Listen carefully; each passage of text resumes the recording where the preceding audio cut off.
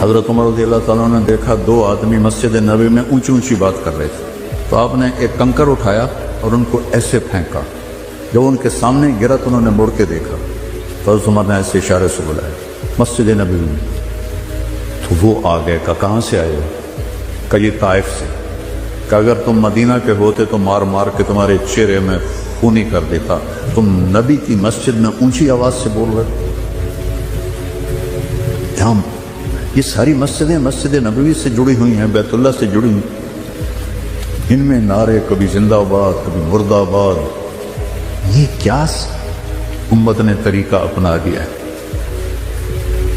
سلطان عبد المجید نے جب مسجد نبوی بنائی، جو سیکنڈ لاسٹ تھا ترکی بادشاہ، اس نے ساری دنیا سے کاریگر بلائے، ان کو استنبول میں ایک بستی میں ٹھہرایا اور کہا اپنے ہر ہنر والا اپنے بچے کو حافظ بنائے اور اپنا ہنر سکھائے۔ تو سب نے ایک ایک بچہ حافظ بنایا، اپنا تعمیراتی ہنر سکھایا، تو 3000 حفاظ اور کاریگر تیار ہوئے۔ ان کو سلطان عبد المجید نے مدینہ بھیجا اور انہوں نے مسجد نبوی کی تعمیر شروع کی۔ سارا ہر پتھر پہ قرآن پڑا ہوا ہے، جو پرانی مسجد تھی۔ اور جب کوئی پتھر رکھتے تھے اور وہ تھوڑا بڑا ہوتا تھا، اس کے مطابق نہیں ہوتا تھا، تو وہاں نشان لگاتے، اور وہاں بھی تراش سکتے تھے تیشے کے ساتھ، نشان لگاتے۔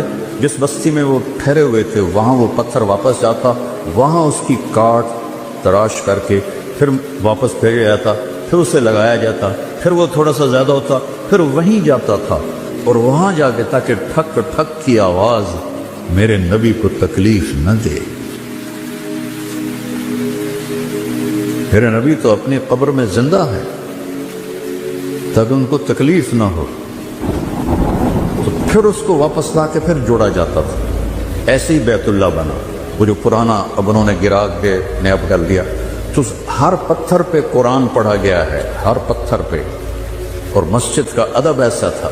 پھر اس کے بعد یہ نئی مسجد، ہر سال میں جاتا تھا، میں دیکھتا تھا وہ کاریگر سگریٹ پی رہے ہوتے تھے، دھواں اڑا رہے ہوتے تھے، وہ ساتھ تعمیر کر رہے ہوتے تھے۔ نہ وہ عشق میں رہیں گرمیاں، نہ وہ حسن میں رہیں شوخیاں، نہ وہ غزنوی میں تڑپ رہی، نہ وہ خم ہے زلف ایاز میں۔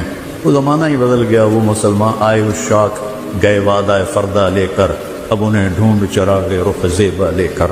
تو ہمیں قمری سال دیا گیا، اس کی وجہ مجھے سمجھ آئی 2014 میں جب میں ناروے گیا، اور ناروے میں ہے اینڈ آف دا ورلڈ، شمال میں and of the world Norway میں ہے۔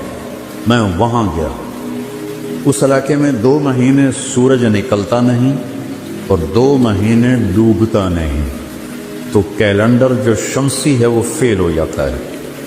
رات ہے لیکن سورج نکلا ہوا پتہ نہیں دن ہے یا رات، دن ہے سورج نکلا ہوا پتہ نہیں دن ہے یا رات ہے۔ تو کئی علاقے ہیں ایسے اوپر شمال میں جہاں سورج کا کیلنڈر فیل ہو جاتا ہے۔ تو 3 گھنٹے کا اوسلو سے جہاز تھا، آگے 5 گھنٹے کا موٹر کا سفر تھا، 8 کلومیٹر کی سرنگیں تھیں، اور پھر آخری بستی مچھروں کی تھی، وہاں سے پھر پونا گھنٹہ آگے موٹر کا سفر تھا۔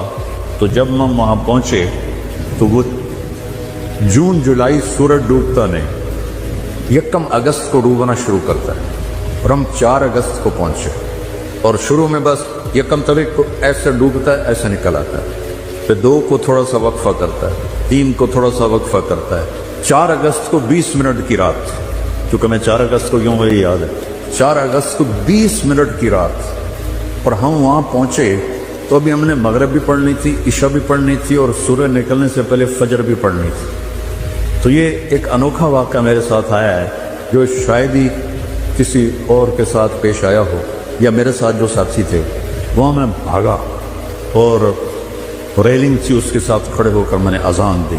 مجھے اللہ کی مخلوق کو 2 دفعہ دیکھ کے ہیبت طاری ہوئی۔ ایک ماؤنٹ ایورسٹ کو دیکھا کہ وہ پوری طرح ننگا تھا، چوٹی خالی تھی، دیکھ کر میں بالکل گم ہو گیا، جس کے تیر اتنے بڑے ہوں وہ اللہ کتنا بڑا ہوگا۔ اور ایک وہ جب میں اینڈ آف دی ورلڈ پر پہنچا تو اس کا وہ منظر دیکھ کے میں گم ہو گیا. میں نے اذان دی, ٹھنڈی ہوا چل رہی تھی, تو میں نے قبلہ دیکھنا چاہا تو چاند سامنے چمک رہا تھا. سورج فیل ہو گیا تھا, چاند چمک رہا تھا. تو آج سمجھ میں آیا کہ اللہ نے ہمیں چاند کا کیلنڈر کیوں دیا ہے, کہ میرا نبی سارے زمانے کا نبی ہے. جہاں سورج نہیں نکلتا اور جہاں سورج کئی مہینے نہیں ڈوبتا, اگر وہاں کوئی مسلمان ہیں تو دن رات کا حساب کیسے لگائیں گے؟ چاند کو دیکھ کر. میں نے چاند دیکھا, واہ واہ, اب یہ رات کھڑی ہے. تو وہ قبلہ فٹ کیا, مغرب کی نماز پڑھی. مغرب عشاء اکٹھے پڑھنا تو مسافر کے لیے جائز ہے باقی ائمہ کے نزدیک.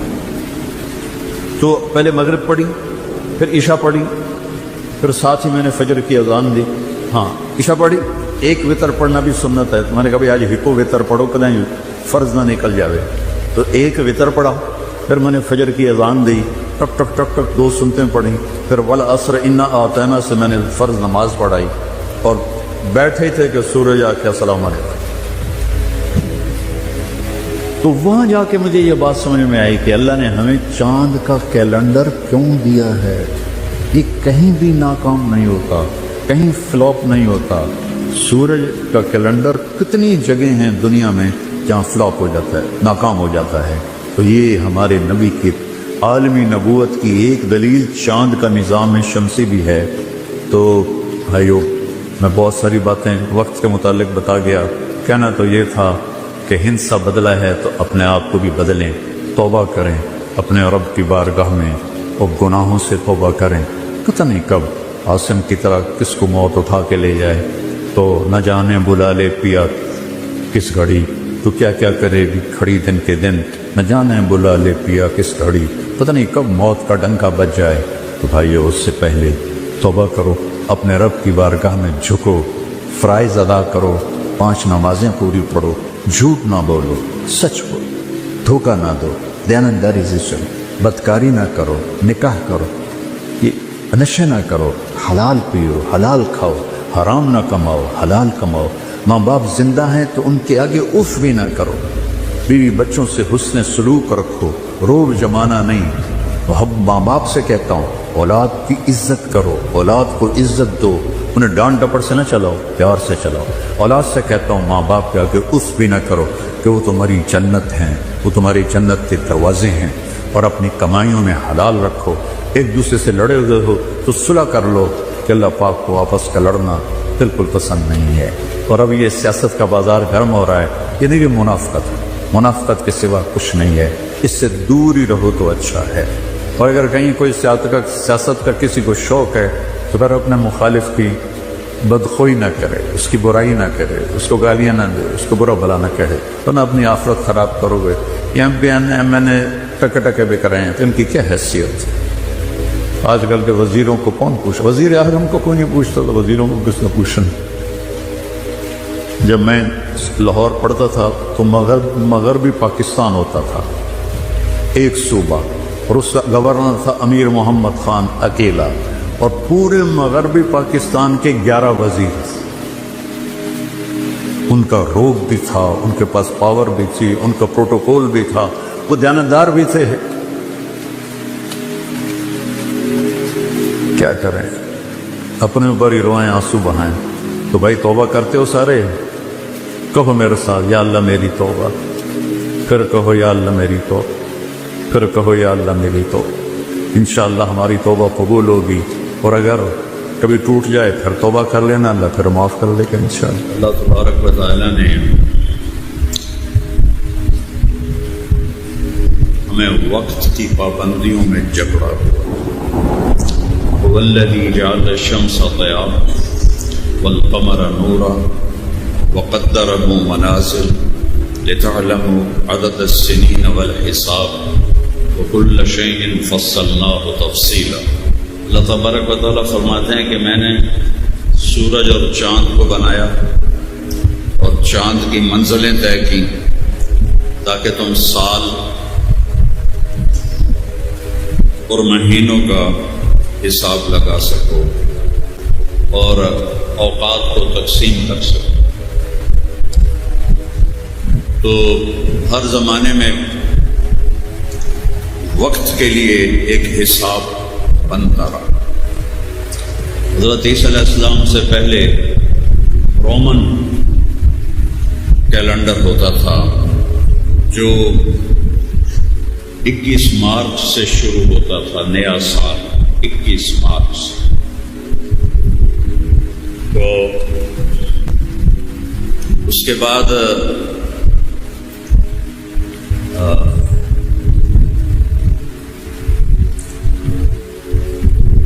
جولیس سیزر بہت بڑا رومن بادشاہ گزرا ہے، اس نے اس کو تبدیل کر کے جنوری سے سال شروع کی۔ تو 10 مہینے کا ہوتا تھا وہ کیلنڈر، اس میں جنوری فروری نہیں ہوتے تھے۔